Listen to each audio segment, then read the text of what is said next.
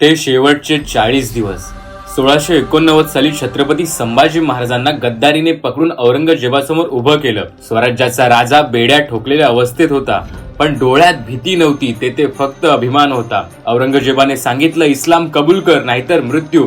संभाजीराजांनी कपाळावर आठ्या साठवत ठाम उत्तर दिलं, मृत्यू 100दा स्वीकारेन पण धर्म सोडणार नाही. हे ऐकताच औरंगजेबाने क्रूर निर्णय घेतला, मृत्यूदंड. पण हळूहळू छळ करत, तडफडत आणि सुरू झाले ते शेवटचे 40 दिवस. पहिल्या दिवशी जीभ कापली, रक्तांच्या धारांनी माती लाल झाली. दुसऱ्या दिवशी डोळ्यात गरम सळई, पण महाराज शांत.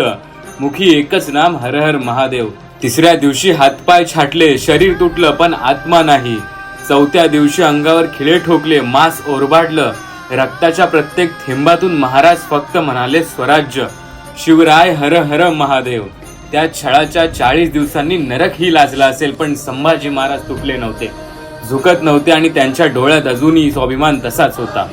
आणि अखेर 40 दिवसांनी त्या छळानंतरही संभाजी महाराज जिवंत होते, पण ते ओळखूही येत नव्हते.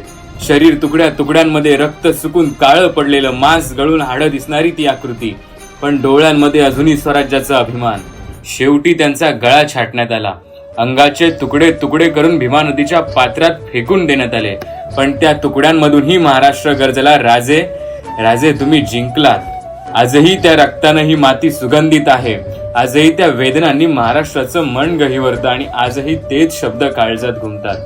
देश धर्म पर मिटने वाला शेर शिवा का छावा था, महापराक्रमी परम प्रतापी एकही शंभू राजा था, एकही शंभू राजा था. माझ्या राजा रे